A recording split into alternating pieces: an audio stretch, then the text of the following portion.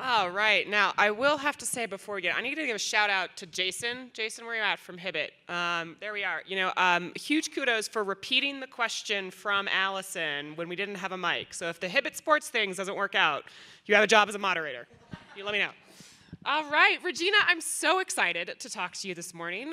Let's give the people little introductions, though. Who you are? Who are you? Excellent. Regina Campbell, nearly 20 years in marketing, retail, experiential, CPG at Neiman Marcus, Cinemark Theaters, and Dr. Pepper and Kohl's, some really great brands.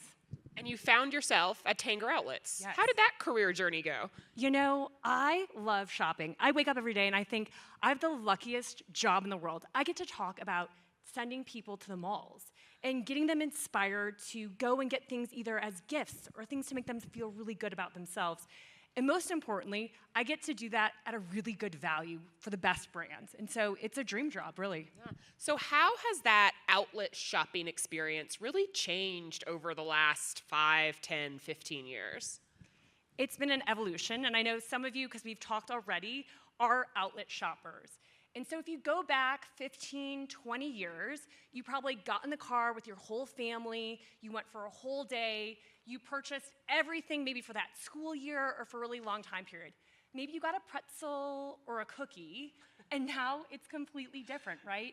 We have new brands that you wouldn't expect to be at outlet, some of which are here in this room right now, so a big thank you to all of our partners. And that outlet experience has really changed. We are encouraging it to be more community focused with better food and beverage, better things to do, and really truly a different mall environment. And I think about the retailers and what they're bringing to the table from an outlet perspective. So years ago, the outlet stores were usually product that was either made for outlet or it was damaged. And now when you go into those stores, often which have their own design and they feel and look so different, maybe from full price, but distinctly outlet, and they have some full price product right in there. We have some full price stores that are in our outlet centers as well. So it's this great mix that gives a really different energy to the outlet stores. So when you're thinking about marketing the overall outlet experience at Tanger, do you focus on the brands that they will find there or the experience of the outlet mall itself? Or is it a little bit of both? That's a great question. Like any great marketer, it's a little bit of both, right? I like to think about what is going to get someone to drive off of the side of the road when they are with their family and everyone's in the car to pull over to shop. And usually it's understanding the brands that are there, right? I want my Nike, I want my Lululemon, I want my Sephora, and that's what is getting you to shop.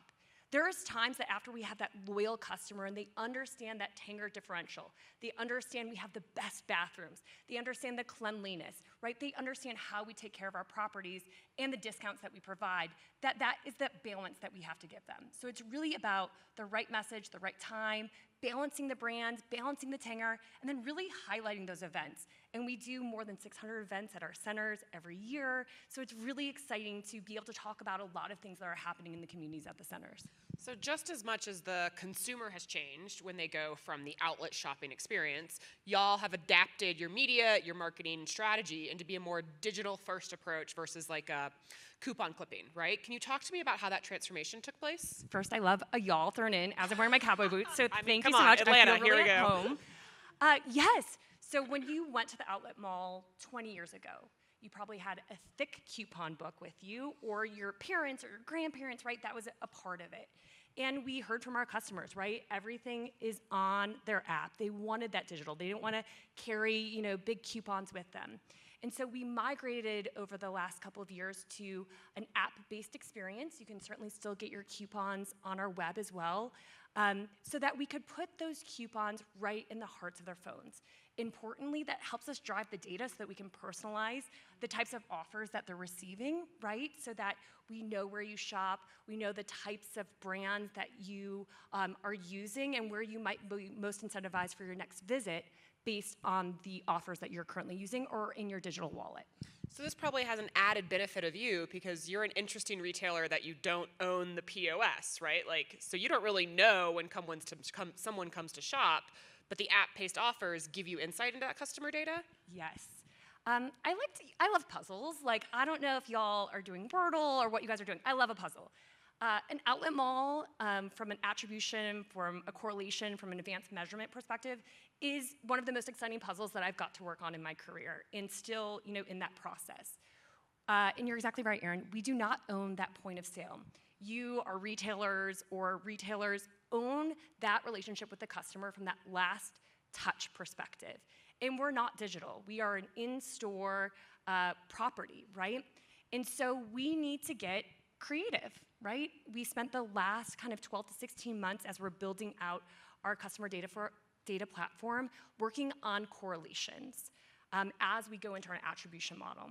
And so part of what we've done in this time period is look at our loyalty program. And such a great segue coming off of Robert. I took so many notes. I was like, I got to take all these notes before I run up here, because so many great correlations in terms of our loyalty program is directional for us in such a big way, because they give us some of that information, whether they are uploading receipts or they have that linked credit card. But without that, we don't get that information. We get sales data from our retail partners once a month at the aggregate level at the center, and so we need to do some really advanced measurement to kind of get to that customer data perspective. So you're getting sales data back from your retailers once a month. So how are you making decisions and pivoting in an absence of data? Oh, yes. We spent a lot of time on correlation models. And, we knew that there was a couple of things happening in the background, just to get you guys up to speed, read in a little bit on Tanger. We are putting together our customer data platform. Our customer data had lived in a couple of separate places. We'll be live. We're using Treasure Data in October. And so with that in mind, we knew that it wasn't the right time to go down the path of an attribution model or even some more extensive incrementality testing until we had all that customer data centralized. So we've been looking at correlation, mostly from a Google attributed store visits perspective to our physical traffic, and then our media-driven web visits to our web traffic. And then we look at correlations from that digital to physical spikes, and we've seen some really great things that we can start to rely on as indicators. Yeah. Value is such a complicated word, right? So you guys rely on your digital coupons, that loyalty aspect to drive people in. How do you think about the conversation that came up from the last panel of not giving incentives to your most loyal customers because they were already going to purchase anyway? I mean, what great timing. Whoever puts this schedule together, I was like, yes. Regina! So good. That would be me. So good. Look at that. There's a lot in that. It is an art and a science put together, especially when I don't have as much information as some of the panelists do.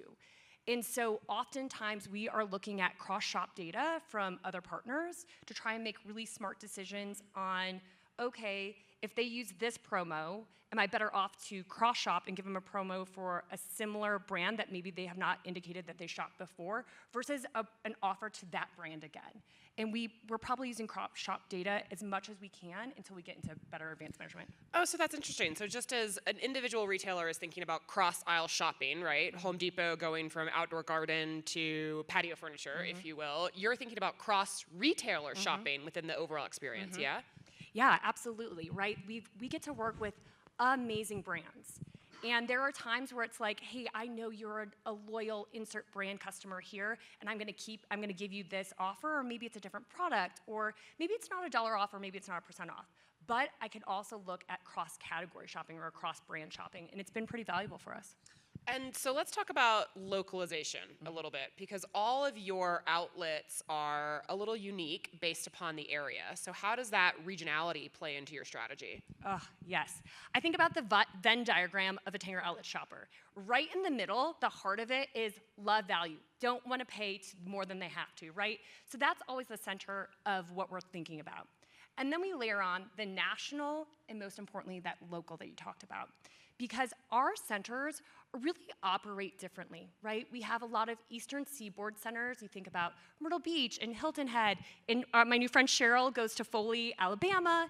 And so you have a lot of centers that operate in tourist markets where the predominant shopper is a tourist. And then we have a lot of centers that, because of this localization, maybe 20 years ago, we built the land, we put that shovel in the ground, and there was nobody around it. And now that's in the heart of neighborhoods. The new residential growth around some of our centers is really incredible. So we have some centers that operate truly as that local market. I'm running there a couple of times a month or every other month instead of just that one time, that 2 times a year visit when I'm on vacation. And that's a really different, messaging, value proposition that we get to the customer, and really changes the type of messaging that we share, right? So you think about a beauty trip, right? You got to replenish that lipstick order versus just I'm getting a pair of shoes that maybe my child will wear for 2-3 months until they grow out of it, if you're lucky, right? If we're lucky. So I also loved how you were talking about your shoppers are value-oriented first, right? I see this phenomenon come up in QSR when it comes to delivery, right? Are they delivery customers or are they the restaurant customers? Do you find that you're trying to transition people to like the brand customers and finding those brands they love at your places, or are you playing in that value lane exclusively? It's a great combination. There are brands that on their own, when they open in our centers, they're gonna drive traffic. When we get a Sephora, when we get a Lululemon, I can say $29 aligned leggings, and people are gonna come and they're gonna be lined up around the door. And then you're also talking to customers that just want to know that they're gonna get their Nikes at a really great discount. And so it's a little bit of both. And one of the toughest things that we do is manage our creative versioning. And I love Sarah from Allbirds talking about the versioning and having all of the versioning for the influencers so that it's available to them. And we have to do something similar. Like many of us, small resources have to be really intentional. The creative department in versioning our media is one of the most important decisions that we make because we really view it as our strongest lever for new customer acquisition. And so I want to make sure that I'm understanding the audience segmentation that is receiving the advertising, and is the brand featured in there going to make you pull off the side of the road and go? Have there been any tricks or tools that you've used to help make it a little bit more efficient to localize all of this creative at scale? We're working on it, right? Yeah. I think this is an area that we've started to lean in and test from an AI perspective. We just onboarded a new media agency that is really helping this. I would say 8,000 pieces of creative a year, just from a versioning perspective. It's a tremendous workload. And if anyone has some great recommendations, please come see me. We are working through it. And transparently, it's been something that we really want to make sure that we get it right, because it's such an important part, not just of the customer experience, of getting that right ad, but for the team, right? And when we're running and leading teams, I want to make sure that my team isn't bogged down, changing logos. I want to make sure that my team is doing some of that analysis. And I love what Robert said from an AI perspective of using AI so that he can do some more analysis, so that he can understand better. And to me, do I have to put money in the AI jar? You do, yes. Gosh. Yes, I will collect your quarter later yes. today. That was probably the full dollar's worth. This is the most exciting part there's so much from a creative perspective, but this is a really exciting part because I think it's gonna deliver real value to our customers and importantly, our team members. Yeah. Okay, we're gonna continue with the dollar in a jar. It's a dollar now, not even a quarter. I've completely inflation this real fast.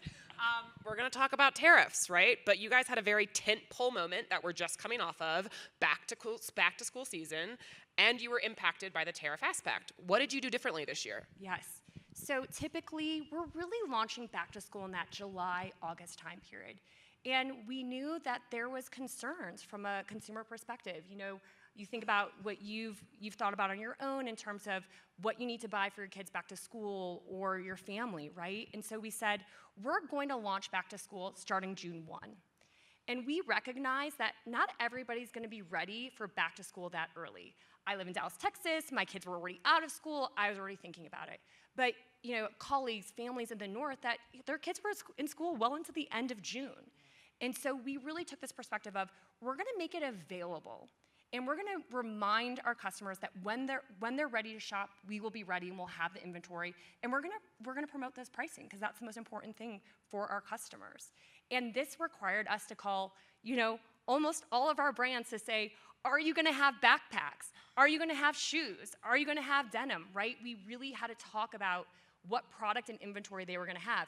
I started laughing about my backpack inventory because after, I was not only calling the brands, I was calling the centers, like, we're going to market this. Are we ready for it? And it really paid off for us. We saw, trends that we anticipated to see, that the southern centers performed better than the northern centers in the month of June, because back to when we get the sales data information, I haven't gotten my full July sales data yet, right? 2 more days, here we go. And so, great to see. We had more brands perform better in the South than they did in the North, aligned with, those back-to-school staples. And so we're really leaning in. We'll complete the analysis after we get through July and August, but now we're starting to see that uptick in traffic in those northern centers now that individuals in the North are ready to shop for back-to-school during that time period. You guys made a pretty big risk to come out with that messaging very early in the season, but it sounds like it's starting to pay off, yeah? Is it too early to see how that may impact your next year back-to-school strategy? Yeah, I think I want to make sure that we understand holistically what happens. What I did learn from this that I feel really confident in taking in is we're going to start in the South earlier. We'll start in the South earlier than the North. We'll see what the macroeconomic climate is. Do we want to be out that early? Do we want to, lean back in closer to July? And a lot of that will be time to tell, but the regionalization of it, which is something that, as we're connecting our customer data and all these touch points that we talked about, has been a little more challenging for us. It's something that we're looking to streamline. So it really reinforced this regionality and localization perspective. Please, all of my folks focusing on holiday, please do not bring up holiday any earlier than it already is now. I do not want to look at Christmas trees in July. Like, it's fine where it is, right? Last question before I open it up to the crew. If you could have change, like, what's one outdated assumption about the outlet experience that you want to reinforce here of why it's different? The experiences. If you've not been to an outlet center, it is different. It is not your grandmother's outlet, right? We have movie theaters, restaurants. It is a really exciting place to be and focused on the community. And we get to have, your choirs and those community groups together, and we really are building an experience that encourages that multiple visit, that coming in. I joke that I get the luckiest job in the world to get people to shop, but really it's about bringing people together in a space of community. Yeah, Regina, this was the fastest 20 minutes of my life, so let's open it up to audience Q&A. Right over here. Rob? I don't know how many questions I can ask because you did a great job, and I'm just super interested now. First question is, how do you get customers to download your app, right? Because Tanger Outlets, I would never even think that you guys have an app, and I'm trying to, how do you get customers to do it? I love this because this was on my question list for you. It's loyalty only. It's loyalty only. It's a loyalty VIP experience, and we created it that way. It's a change in the app. We relaunched it in 2024 so that it could be loyalty driven. And it's one of those carrots that we like to give to the non-loyalty database of, you want customized offers, this is the app for you. And we're really looking at it from the experience that feels more elevated for an app user. Follow-up question for that then is, what are your digital value propositions that you can offer your customer to play with, to kind of get them to download the app and continue to engage in the app? And if it is promotions, how do you make sure you aren't fatiguing the customers by over-promoting them or just kind of, impacting your margins and having to race towards the bottom? Yes. Our loyalty program is a tiered structure. So we have a free, like a paid entry and then a premium based on total annual spend. And so each of those 3 structures gets typically a different discount or percentage. So our free would get, let's say general terms, 15% off. Our gold, which is $20 annual, gets 20 to 25% off. And that platinum, so you have a spend threshold annually, is getting 30 to 35% off depending on the brand. There's fewer platinum offers, and they get more perks. So their points double or triple faster. We do different things for platinum members than we do for gold or blue members. And we really encourage kind of trial between the tiered programs. So, for instance, there's times that we'll unlock gold offers for the blue members. So they get to feel what it's like to be a gold member, ultimately being like, hey, you loved saving, join Gold today, right? Here's the opportunity. And we provide platinum offers for our Gold members so that they could have the same experience. There's better parking in our large parking lots for Huge loyalty win members. there, huge win. Yeah. So there's, we have the birthday rewards, all the things that multiply depending on what tier you're on. Yeah. Robert, I'm going to have to cut you off, all right? Cut us off. All right, final question. Awesome. Hi, guys. Rachel Griffith, Category Marketing Manager at Napa. So I have to tell you, I am a super Tanger Outlet lover because I grew up in North Carolina. So I have lots of questions for you later. We are going to absolutely dish on shopping. But my specific question is, you were talking about all of the localized versions and, 8,000 pieces of creative a year and all of that. So how do you balance the local investment versus the efficiency of national investment with that many, nuances and differences between all the local markets? We make really educated decisions based on the correlation metrics, right? We've determined what channels are most important for us to be localized. And we have said we can't do it all. And typically, let's just think about this, step back from the channels. Our digital advertising is, and our billboards, I'm not a traditional hater. I really believe in, smart traditional media. Anything that is involving new customer acquisition is where we localize, right? You need to know that, and you're talking about the markets that have really great stores, right? We're talking Sephora's, Lululemon's, Nike's, Serena and Lily, right? I want to make sure that our new customer, particularly when we're thinking about a younger audience, gets that message. Where I'm like, okay, they're already on property. I don't need to sell them to get them there. I can let the retail messaging work harder for us because all of those brands on property have their beautiful window displays. Their stores are built the way that their visual merchandising team wants it to be for the best experience once they're there. And so we make some really hard decisions about where we customize and where we don't need to based on the resources at this time. Love it. Thank you. All right, Regina, thank you so much.